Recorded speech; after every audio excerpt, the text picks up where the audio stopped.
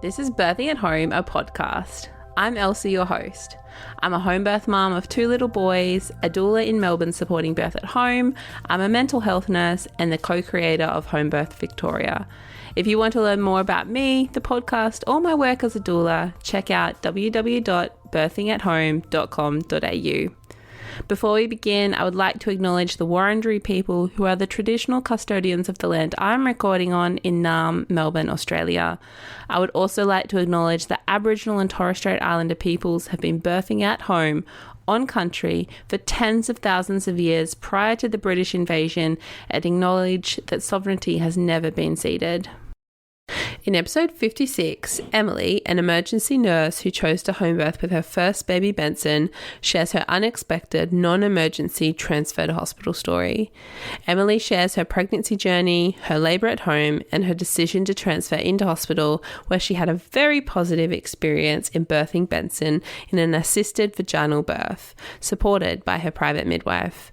She also shares some insights into her experience postpartum. If you enjoy this episode, please rate or review it on Spotify or Apple. It helps others to find the podcast and recognize it as a good one. Enjoy. Welcome, Emily, to Birthing at Home, a podcast. Hi. Thanks for joining me. You're in your car studio, I can see.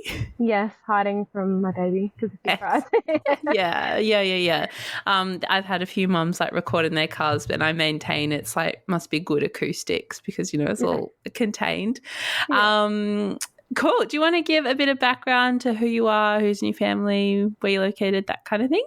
Yeah. So my name's also Emily. I've got my partner Tristan, and now I've got my little baby boy Benson. We live up outside of Bundaberg on like a hobby farm, so it keeps us busy. Yeah. And you're also a nurse, yeah? Yeah, I'm an emergency nurse. Yeah, amazing. And so today you're going to share with us your preparation for a home birth and then the eventual positive transfer to hospital story. Yeah. Yeah, and you said your little one's name is Benson? Yeah, Benson. Benson, cool. Sweet. So I guess, how did you, what came first, home birth or ED nursing? How did you come about home birth? Home birth came well before. So I was always going to be a midwife. I loved midwifery. I loved pregnancy. In grade 12, I actually did a placement with a private midwifery practice in Brisbane. Oh, wow. They let me go and just kind of do my work experience there. And that's how I fell in love with home birth. Yeah. And they obviously did a lot of home birth. I didn't go to one, obviously, but they talked about it. They showed me lots of videos. Yeah. And it just was so much nicer than anything I'd seen otherwise. Yeah. So how were you? Do you remember what the sort of story or vibes were around pregnancy and birth when you were growing up? Yeah, most people just it hurts, it's so painful, you need an epidural. Yeah. That was kind of it. My mum needed forceps delivery and then had a C-section with the next one because she was told you will have to. Yeah, wow. Because you had the forceps birth. So that was always my birth story was that I was a forceps birth and it was super painful and left mum with a lot of pain, and then she needed a C-section. So that's kind of all I'd known up until a bit later. Yeah. And so something obviously piqued your interest, and that's how you ended up on that amazing placement. Yeah. I don't actually know what it was, but I just loved midwifery. I just loved the idea of pregnancy. I just thought it was so magical. And but I fully believed at that point that hospital birth was what it was. When I went to the private midwifery practice, I assumed that it was still in hospital, but then obviously no, they do most of it in the community, most of it's home birth. So that was completely new to me then. Yeah, wow. Holy moly. And so you're a nurse now. Did you finish school and go straight into nursing, or? I went into midwifery first, but the university was quite far from me and they were doing big upgrades on the highway. So it was taking me over 2 hours to get to uni. And I just, I was broke uni student, couldn't really afford the fuel and stuff anymore. Yeah. So I transferred to a different uni, but then I could only get into nursing. Yeah, wow. But I think I kind of like that I've gone that route and got like maybe a bit more life experience in the meantime while I'm waiting to go back. Yeah. I guess like that was also something that I worried about if I had continued midwifery, and I still like toy with the idea, but like the fact that to become a private midwife you need like 5,000 hours, which generally most people are doing in a hospital setting, that like 5,000 hours is like way too many years that I would want to be in that setting. I feel the same. yeah. Well, maybe the ACM's listening. Yeah, can change the rules, please. I've heard them talk about it. So Well, they do talk about it. Yeah, cool. And so then you went into ED nursing, and the idea of home birth like stuck with you throughout. I guess, I suppose it would surprise like a lot of, it's just like, with paramedicine and, doctors and stuff that have home births, like, emergency nursing, I imagine, would have a bit of like stigma attached to like things like home birth. What was your experience with like that? I think when I told people I was having a home birth, they were not super positive about it. A lot of people, it was a lot more judgmental, more just like worried. Worried, like they were like, oh, why? And they were very worried about it. A few of them were, but I think most people knew not to push me too much on it. Anyway, it wasn't open for discussion. Really. You're not going to change my mind. Cool. And so what is availability of like home birth midwives like in Bundaberg?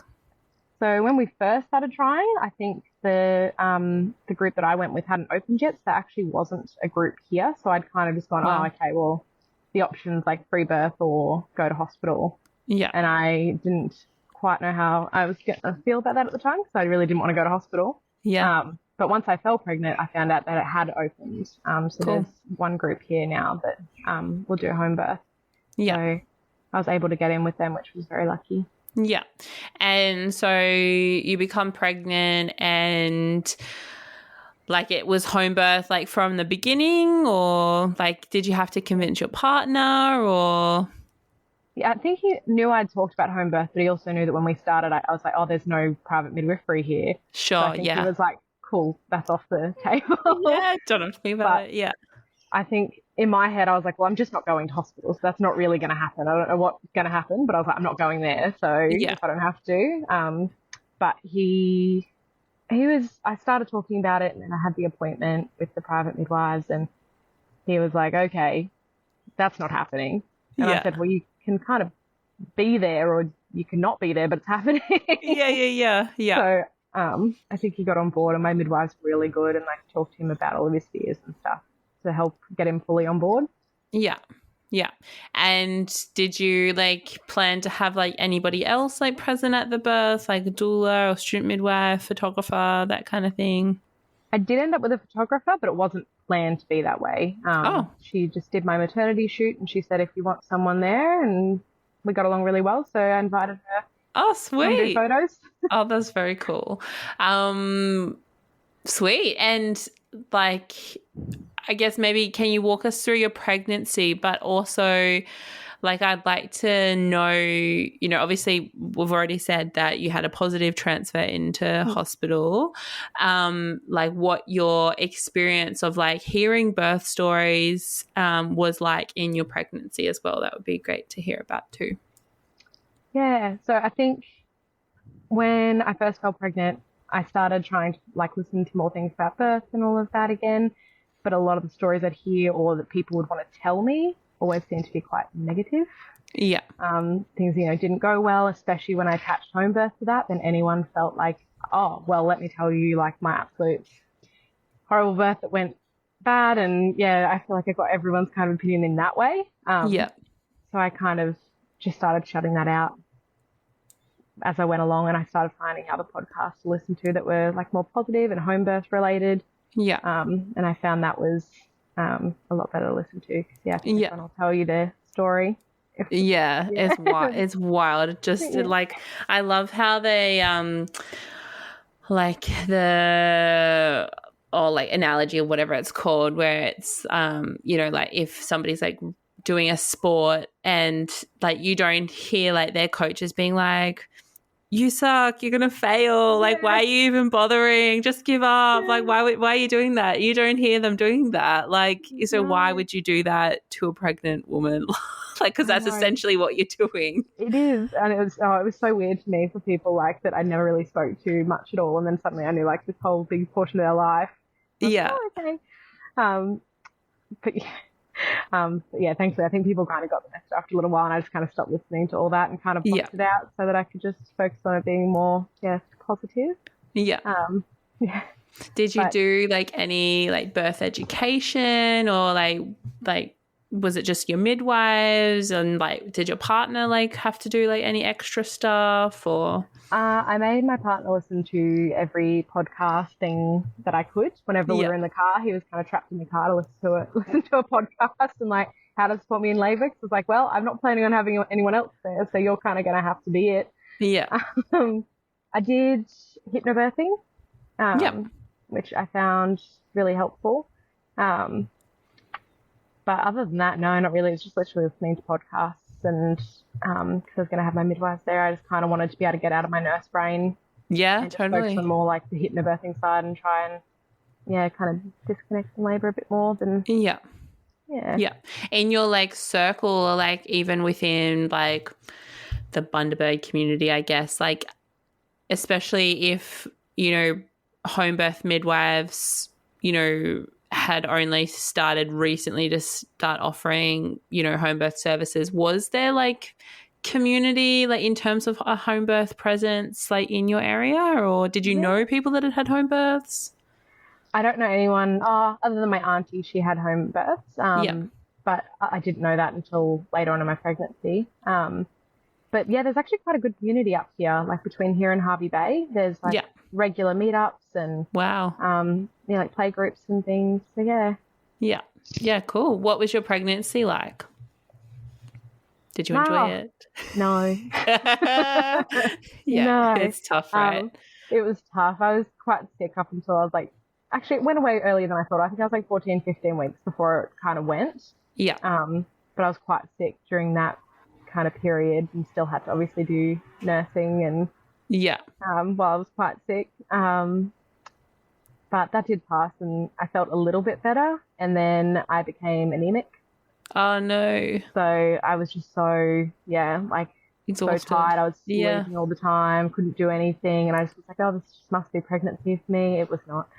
Yeah. Wow. So I had an iron infusion, and I think a couple of weeks after that, I think I was probably heading into my third trimester. Once that kind of kicked in, I went, oh, okay, I actually do feel a bit better. Yeah. Like I could enjoy it more.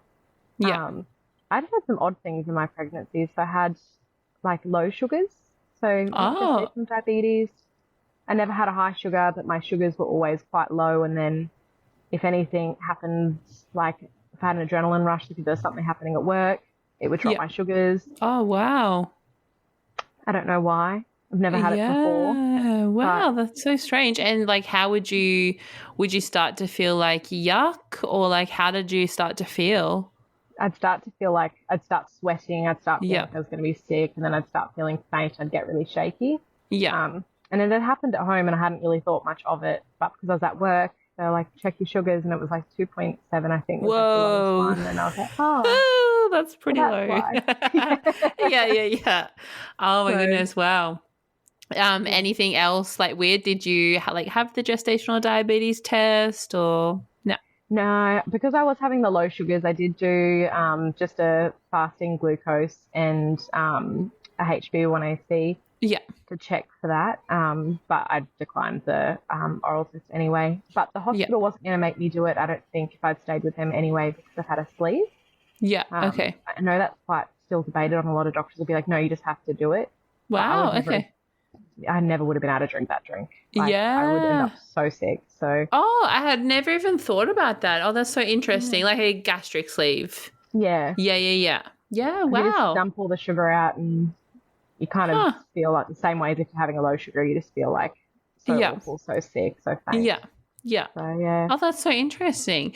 And like, planning for a home birth, working in ED, did you have like anything that like came up that you had to like work through, like in terms of fears or worries?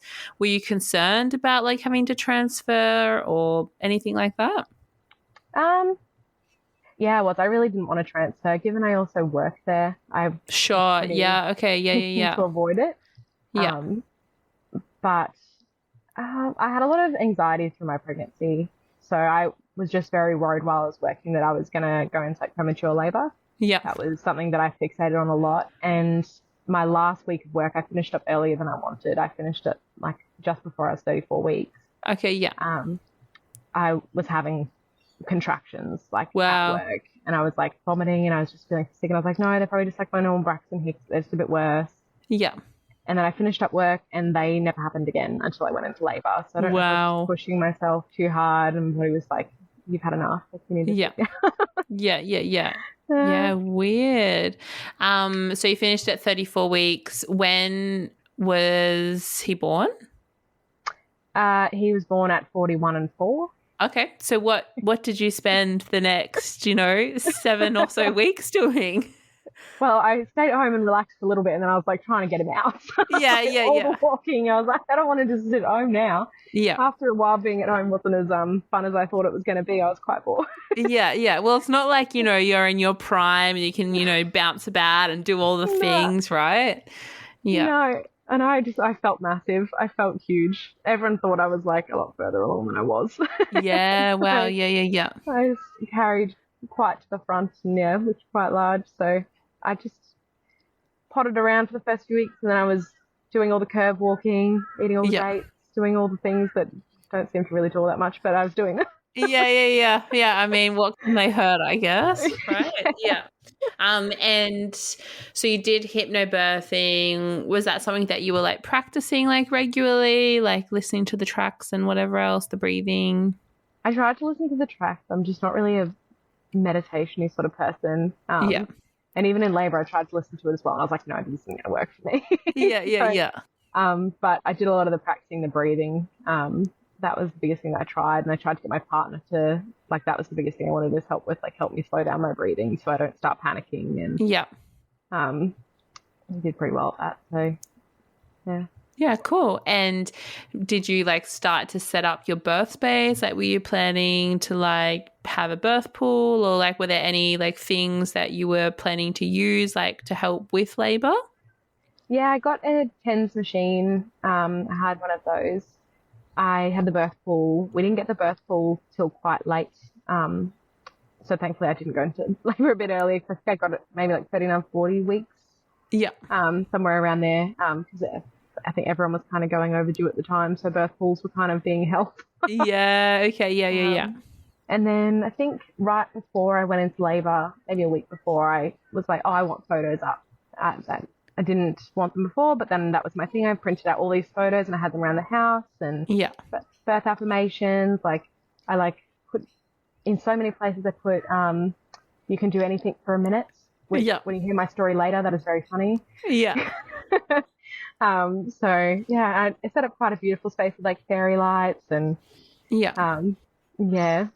Setting it up. It didn't get used the way I thought it was going to, but yeah.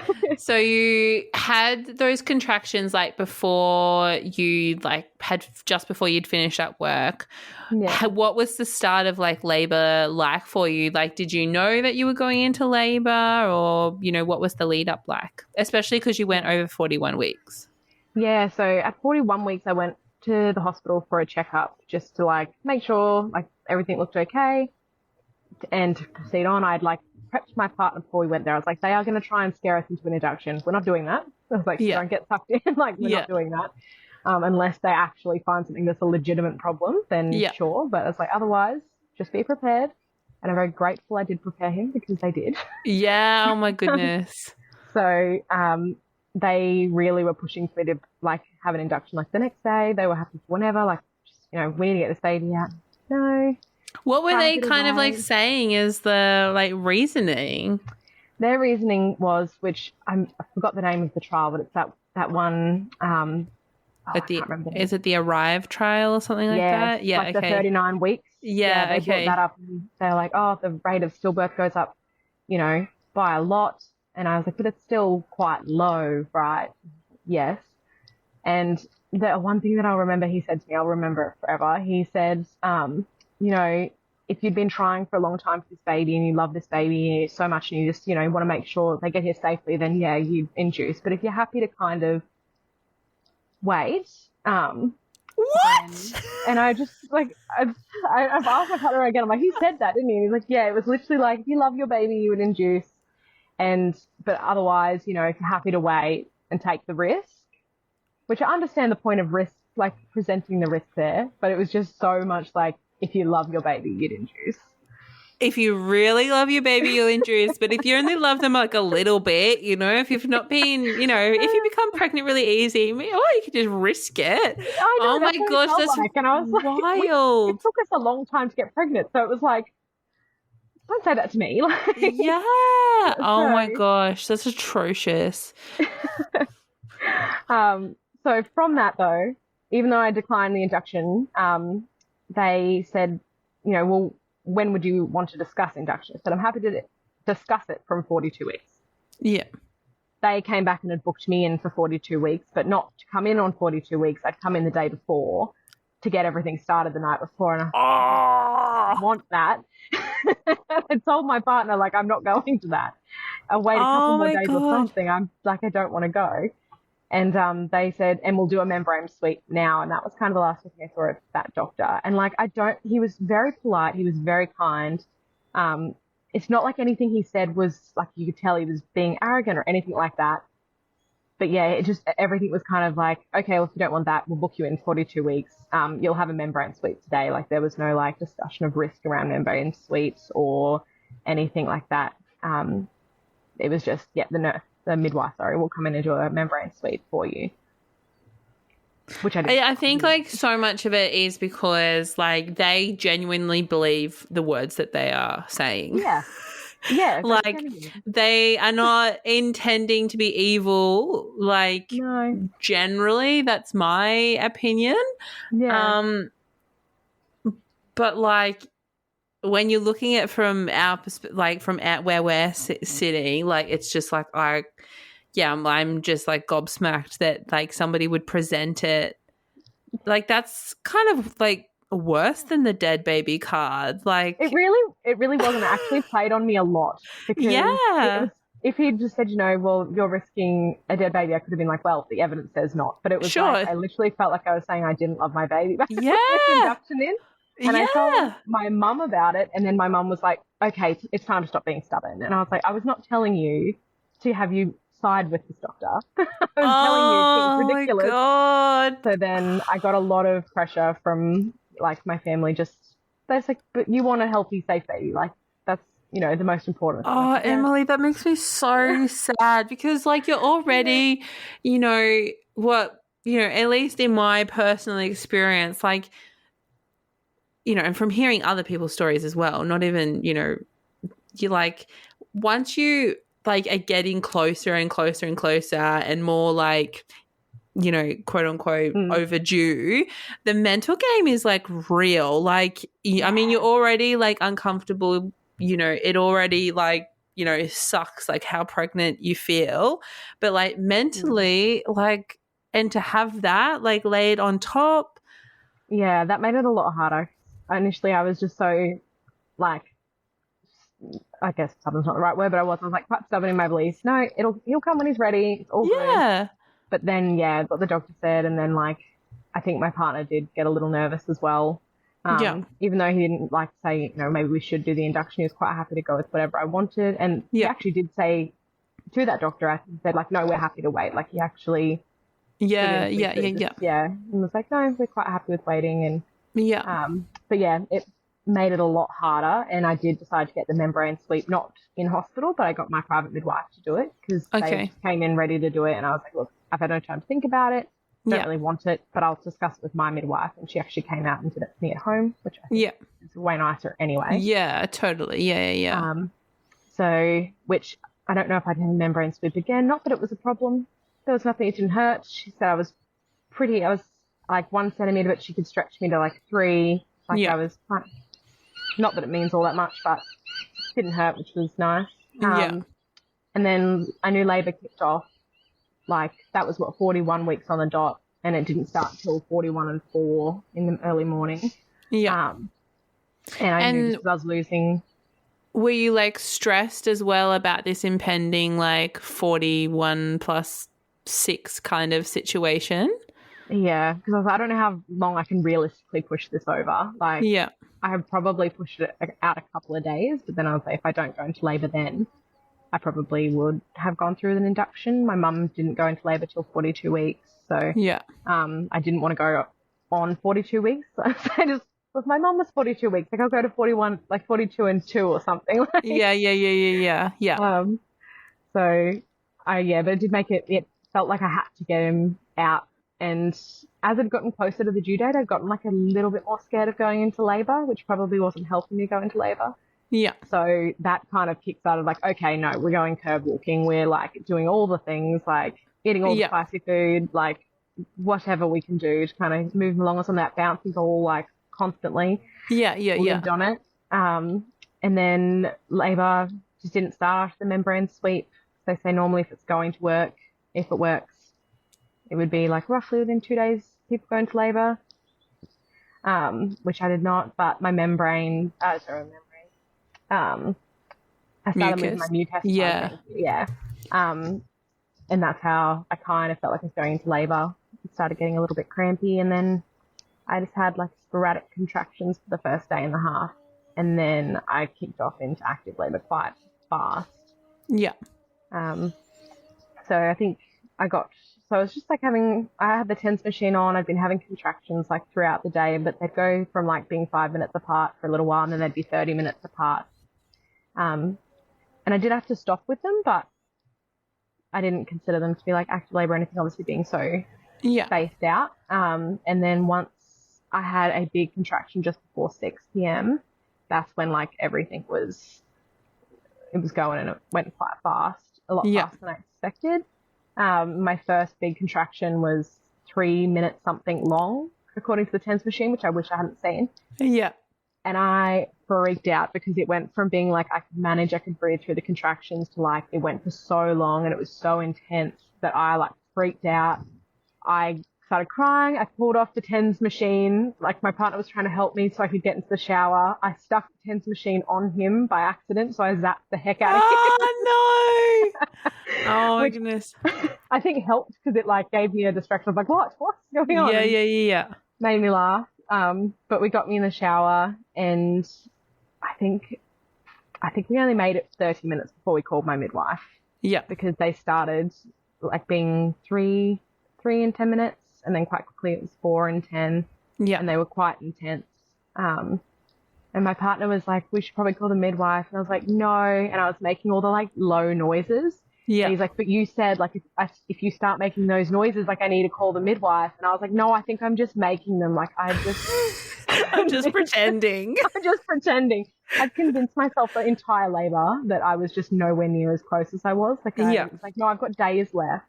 So, wow. And like, so you'd had like, spaced out contractions or whatever for, the previous 24 hours. Like, had you been able to get much sleep, or like, what was that like? No, I hadn't really got much sleep. I think I got like sleep in between the contractions, but at like 3 a.m, in that like early period that they'd started, they got quite regular and quite strong, and I was waking up, and my partner started timing them without me really realizing. He was like, they're like 5 minutes apart. Do you think we should call them midwife? But I was like, nah, like I just knew they weren't. At that point, I guess I knew, so I didn't seem to know later. I was like, this isn't it. And I'm glad it did, because once the sun came up, they spaced out quite a lot. Yeah. And so you said that, in the lead up, you had started to like get worried or like, have some fear around labor. Do you remember like what in particular you like were worried about? Like what was going through your mind? I worried that I I had this fear I'd have like 2 or 3 contractions and just be like, oh, everyone was right. I need an epidural. We need to go. Yeah, Because I didn't know what that pain was going to feel like. And I was like, no, I can do this at home. But then there was this little voice in the back like, but you might have like 2 contractions and work out. Like, you can't. Like, yeah. And I was worried about transferring. I didn't really want to transfer. I wasn't really wanting that for my story. We live quite far out of town. So I think the idea of transferring for my partner, he was quite anxious. That was what he told me after that was he was most anxious about having to drive to the hospital if I was still in labour. And I worked through most of those like fears, and once I started having some contractions, I was like, I can do this. Yeah. I think I just needed a few of the like proper contractions to go like, okay, I don't need to leave like the second labour starts. Yeah. You're like, no, I'm done. That's it. Just pausing here to let you know about this episode's sponsor. The Dear Me Mother-to-Be Pregnancy Journal was created for the brave women who want to be transformed during pregnancy. It is a one-of-its-kind pregnancy journal filled with 48 reflective questions to facilitate powerful inner work and healing and assist with mental preparation for labour and motherhood. It goes deep on many topics that commonly arise for women during pregnancy, such as addressing labour fears, the mother wound, and worries about motherhood. There are also many questions that can be shared with your pregnancy and birth support team. The questions were carefully formulated by experienced counsellor and home birthing mother Stephanie Bavard. She was driven to create the journal after her own empowering pregnancy and birth experience and her knowledge of how powerful inner work can be during pregnancy. Dear Me Mother-to-Be is proudly a mum-run Australian business who ships Australia-wide. Visit the website www.dearmemother2be.com for your order and access free pregnancy resources. And so you called the midwives, and did they like live also far away, or? Yeah, like I think they live in town, so like 30 minutes from me or so. Okay, yeah. So I think we called her at 6:30. I think she arrived at about 7:30 because I think from the phone, I think she could hear. Obviously, I was like, not just pretending. No, not pretending at all. I don't know why I thought I was. Yeah.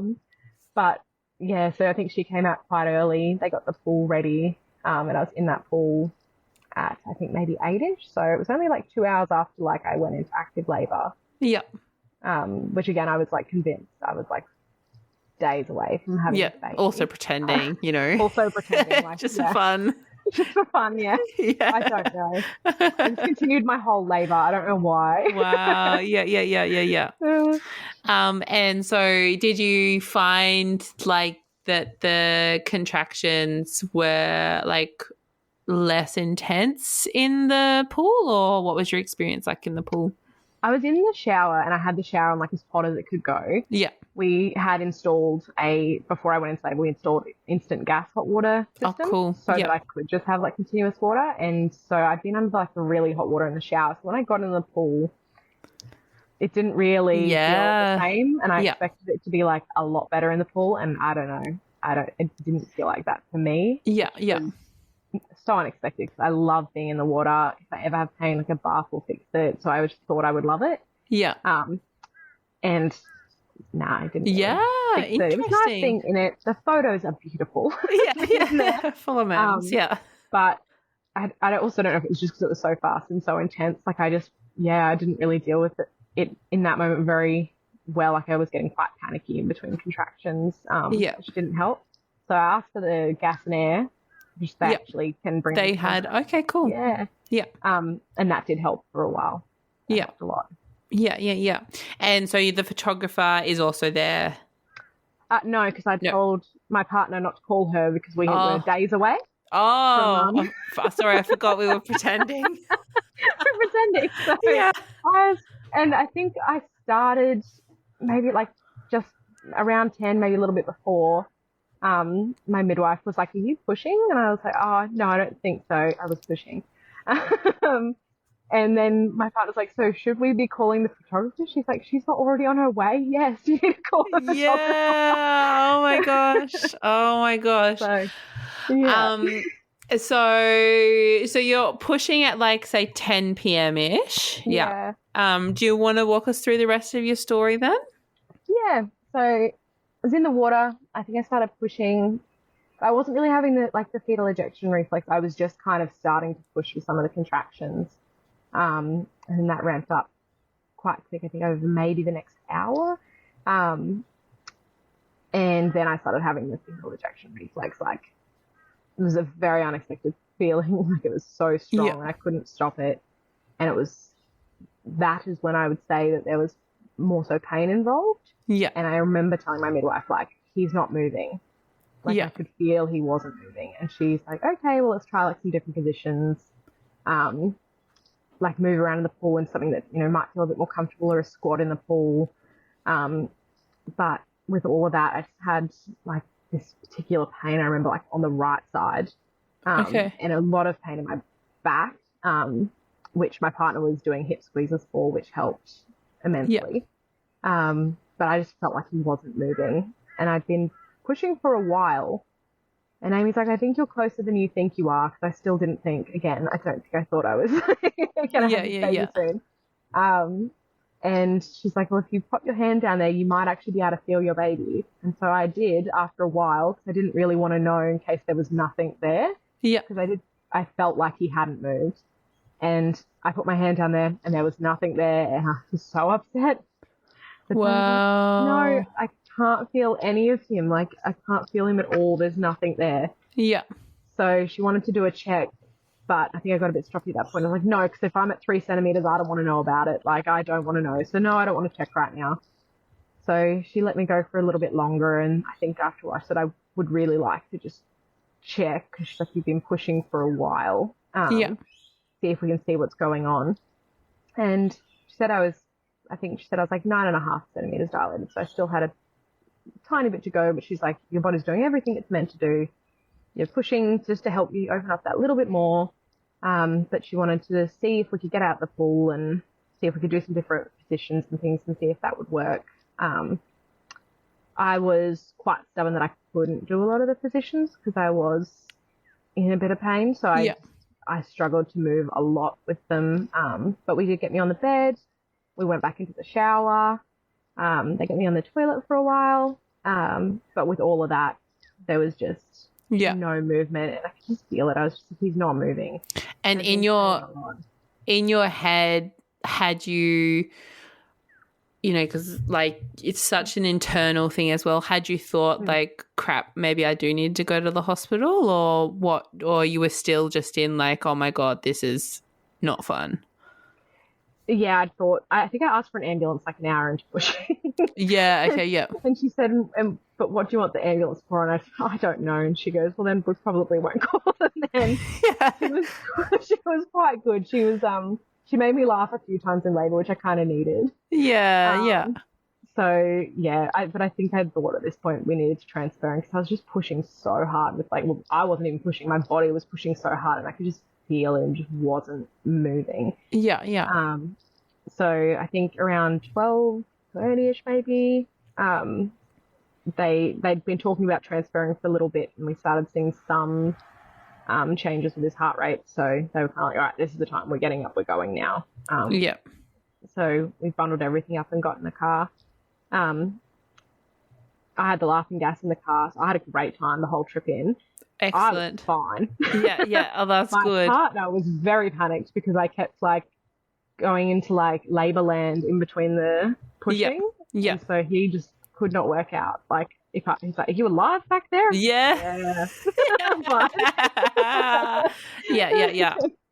So you transferred in the car? Yeah, just in the car. Because we're so far out of town anyway. There's not an awful lot of ambulances. And they probably would have wanted to lay me down on my back, and there was just no way. And by the time the ambulance gets to you, you could have already been well on your way. So we just transferred him by car. And your midwives were able to come into the hospital as well? Were they coming with you? So both midwives came just in case I gave birth in the car. Of course. But my main midwife, she came upstairs with me. They don't have rights at Bundaberg Hospital. like most places they don't. Yeah. But, she's able to come in with, and they seem to have like a good relationship with the hospital. So yeah, which is really good. Yeah. Did you do anything like, you know, in particular to help ease that transition into a hospital, or like was there, you know, once you get there, like was there anything, you know, in particular that was going through your mind? Was it like how you expected? I mean, working in a hospital, you obviously do have an understanding of, you know, what it's going to look like, what it's going to smell like, you know, the people, the bright lights, etc. But was there anything like that that came up? No, I actually couldn't have cared less by this point. Like, sure, yeah. I had a pillow, and on walking up to the ward, I was like lying down on the ground for my contractions on top of this pillow and like screaming. And once I got in there, I did not care anymore. And being that I worked there, I guess I knew I wasn't going to be able to sit still for an epidural anyway. Yeah. So I went in demanding a general C-section, which they weren't going to give me. And they're like, this lady just planned a home birth and she's demanding to be knocked out. But that's so classic labour. Yeah. Yeah. And I'd like said to my partner in the car, I was like, do not let them talk us out of it. That is what I want. And it was never going to happen. Yeah. So they were all really great. They kind of got everyone in, but everyone introduced themselves, even though I didn't really care at the time. Everyone did introduce themselves. They tried to wait for my contractions to pass. Yeah. They did want to get me up on a bed to have like a look, and I was like, absolutely not. I'm not getting on that bed. And they worked with me with that for a little while. But I think my waters started to go, and I started to feel a little bit better once they went. Yeah. I hadn't fully gone, but I just remember, or maybe, I don't know, I also couldn't pee a lot of my labor. Yeah. So maybe it was that as well. I have no idea. Yeah. But that felt a little bit better, and I was able to get up on the bed. And they gave me life and gas again. And that was okay. The only part that I wish had gone better is I just could not sit still enough for the CTG. That's so annoying. Yeah. I just was like, and I just didn't want to be on my back. So I was just, you know, constantly moving when I had a contraction. Yeah. So they couldn't really get his heart rate from there. And my heart rate was so high that they were like, well, we don't know if it's mums or if it's babies at the moment. Yeah. So they tried the fetal scalp. Oh, the electrode monitor. thing. Yeah. It didn't work. So they were like, we can't, there's no heartbeat. Yeah. So that was the only part that like they reassured me multiple times, like, no, we have seen his heartbeat, like when we've been able to get it on the CTG, but just like they just aren't working, the electrodes for whatever reason. Yeah. Wouldn't work. Yeah. So they did a quick ultrasound. He was fine. He was chilling in there. And so they're doing all of this like whilst you're actively like doing your thing. Yeah, and I was moving up like a lot. They were very good with me because I've heard so many other horror stories where they'd be like, no, you need to get up on the bed. Like no one spoke to me like that. Yeah. Even when they did eventually get me up on the bed, they were like, you know, they were just kind of, we really need you to hop up on the bed if you can. Like we can help you. They were very respectful. And I think because they couldn't get a really good trace on his heart rate, and he just hadn't moved in so long, they were like, well, we kind of need to get this baby out. So I think they ended up calling in the after hours operating team to at least get a spinal in, and then with potential for going for a C-section. Yeah. But I started pushing and they started seeing a little bit of movement.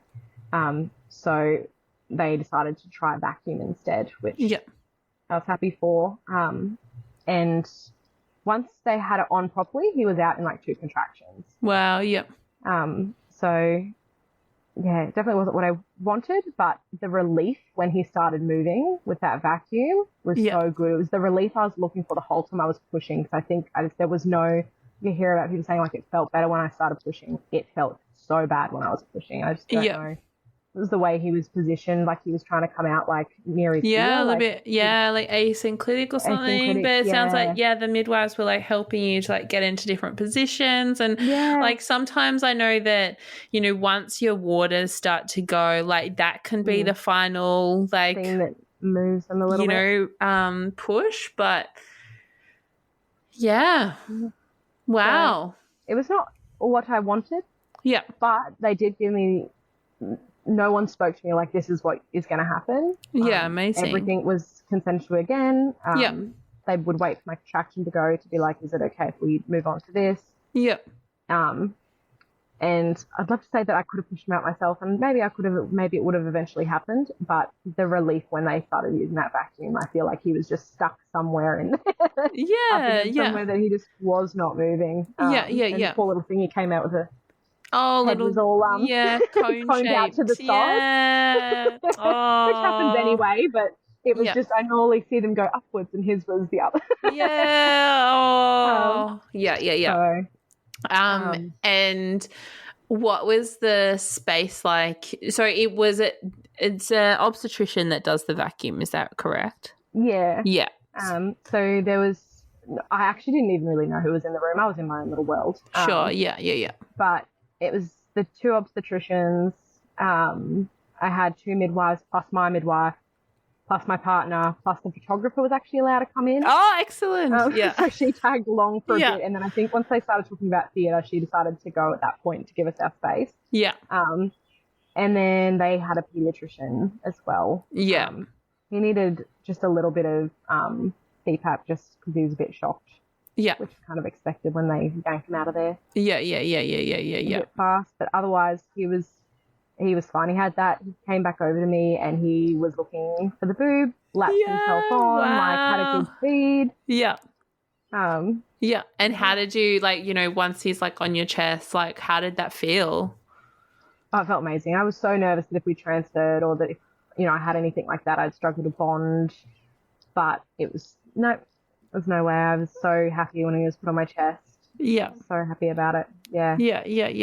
Yeah, that's beautiful. Lots of tears. Yeah, I mean, at the end of the day, that is your baby, you created that baby, and I think it's also important to think about the benefit of being at home and laboring at home, because if you had have gone along at 41 plus 6 or 5 or whatever for that induction and had your whole labor play out in a hospital setting, I feel like 100% it would have been so different. If I even had to go into hospital the way I was at home, I would have had an epidural. Yeah. Because I just became so panicked when the contractions started as fast as they did, and I loved the fact that I was at home. It made me use the other options that were helping. So the shower, pens, my partner pushing on my hips. Yeah. And if I'd gone in for an induction, they would have needed the CPG monitoring. I would not have coped with it. I needed to be able to move. I needed to be able to rig around. I was not sitting still at all. So I'm so sure that would not, and they would not have let me be kind of pushing for as long as, they didn't even like how long I was pushing once I got there. Yeah. I think there would have been an intervention a lot earlier. If I'd been at hospital. But they didn't get a big heads up that I was coming, and they were ready, they were prepared, and they're all very respectful of the fact I had a home birth. One of the doctors apologized I didn't get my home birth. Wow. Said, I hope you, if you have another kid, I hope you get your home birth. Oh my gosh, that almost made me cry. That's so sensitive. I know, it was so wow. Lovely. And one of the other midwives, she had her babies at home over in the UK, so it seemed like the staff were all very respectful and very lovely. And even my experience throughout my pregnancy, when they found out I was with the private midwives and was having a home birth, there was actually no negativity towards it at all at any point. Only the discussion of induction I found was negative, but otherwise everyone seemed to have good things to say about my midwives, and they were really supportive. Yeah, beautiful. And with the placenta, what was that like? I was really hoping to not have to have the oxytocin shot prior, but because everything just happened so fast, and then I had my baby and everything, I think they were a little bit worried with how long everything had gone, how quick the actual birth was. They were just a bit worried that I might end up hemorrhaging. So they just asked if they could do it, and at that point I was like, oh, yeah, whatever. That's fine. Jab me. Jab me, and Yeah. It didn't even cross my mind at the time. But they said straight away, like, are you wanting to keep your placenta? Which I was. And Wow. they had it all bagged up and ready for my partner to take home, and Whoa.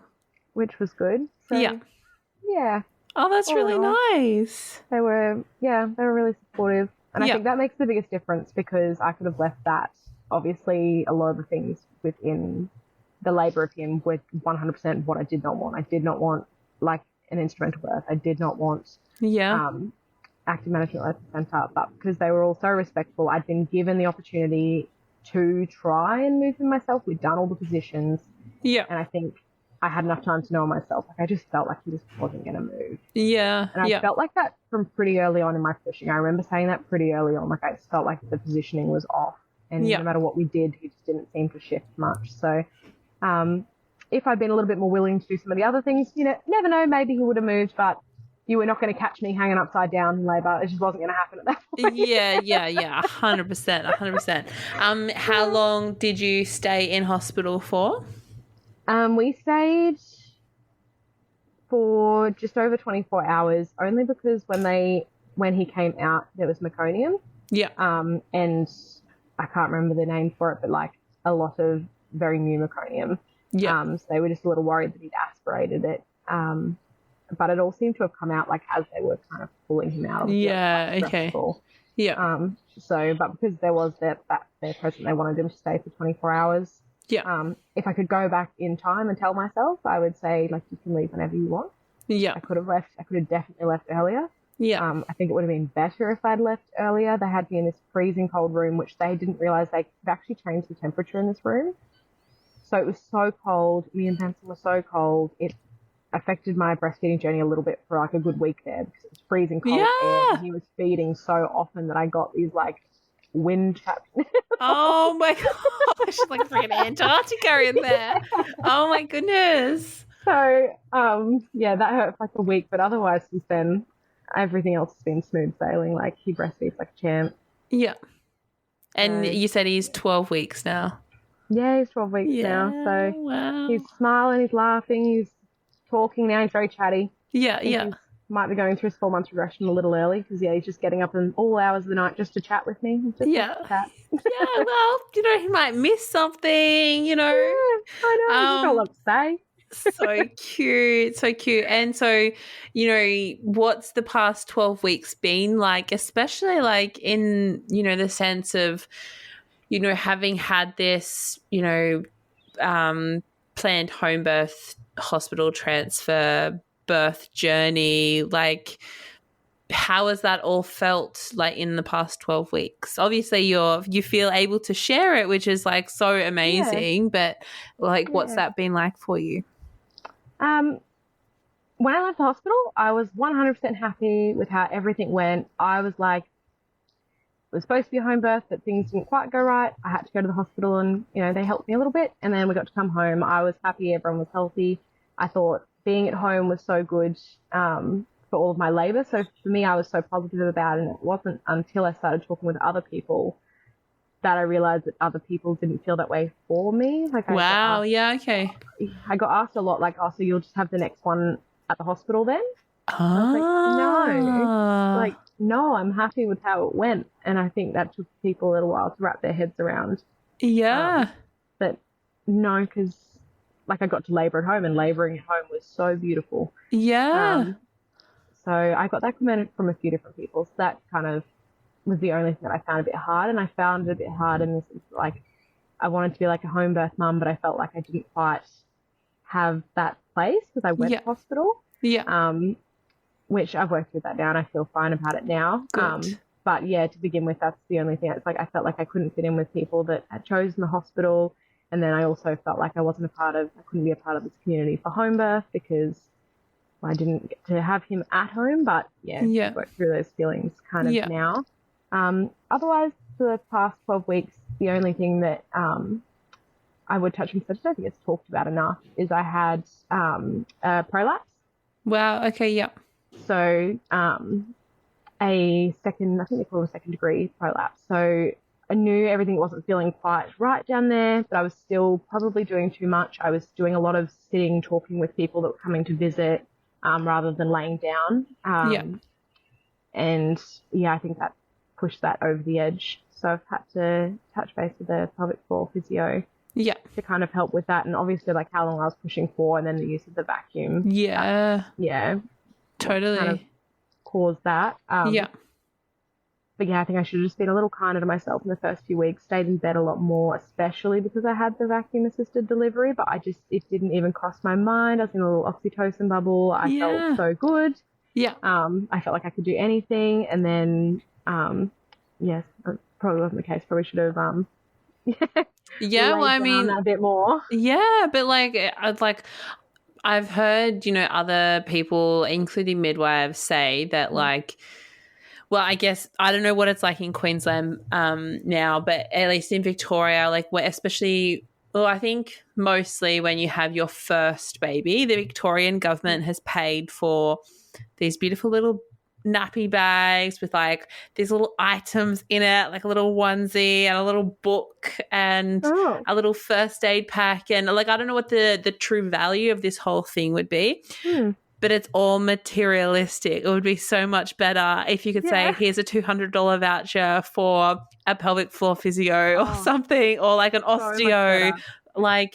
It's just, it just I and I've worked in aged care, and, the amount of elderly women that have incontinence issues, and sure, incontinence might be, something with old age and whatnot, but it just shouldn't be happening to that extent. No. I don't think, and I feel like a lot of it will be because the more recent history of birth, where you're having these I mean, even when women are having births at home, it doesn't matter. If you've been pushing for a particular amount of time, that's too much for your body, or if your baby's a bit bigger, or I mean, so many different things can play a role in it.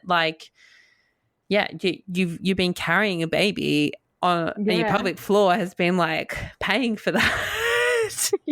So it makes sense. It does. But I wish they'd talked more about that, as a risk factor, especially because it was vacuum assisted, but it was never really touched on for whatever reason. I didn't ever think about it. I just thought, no, I'm fine. And but that was the one thing that I wish I'd done a little bit more, is letting my body rest, and maybe I would have had a few more weeks of healing, because it wasn't until about 6 weeks that I started seeing the physio. Wow.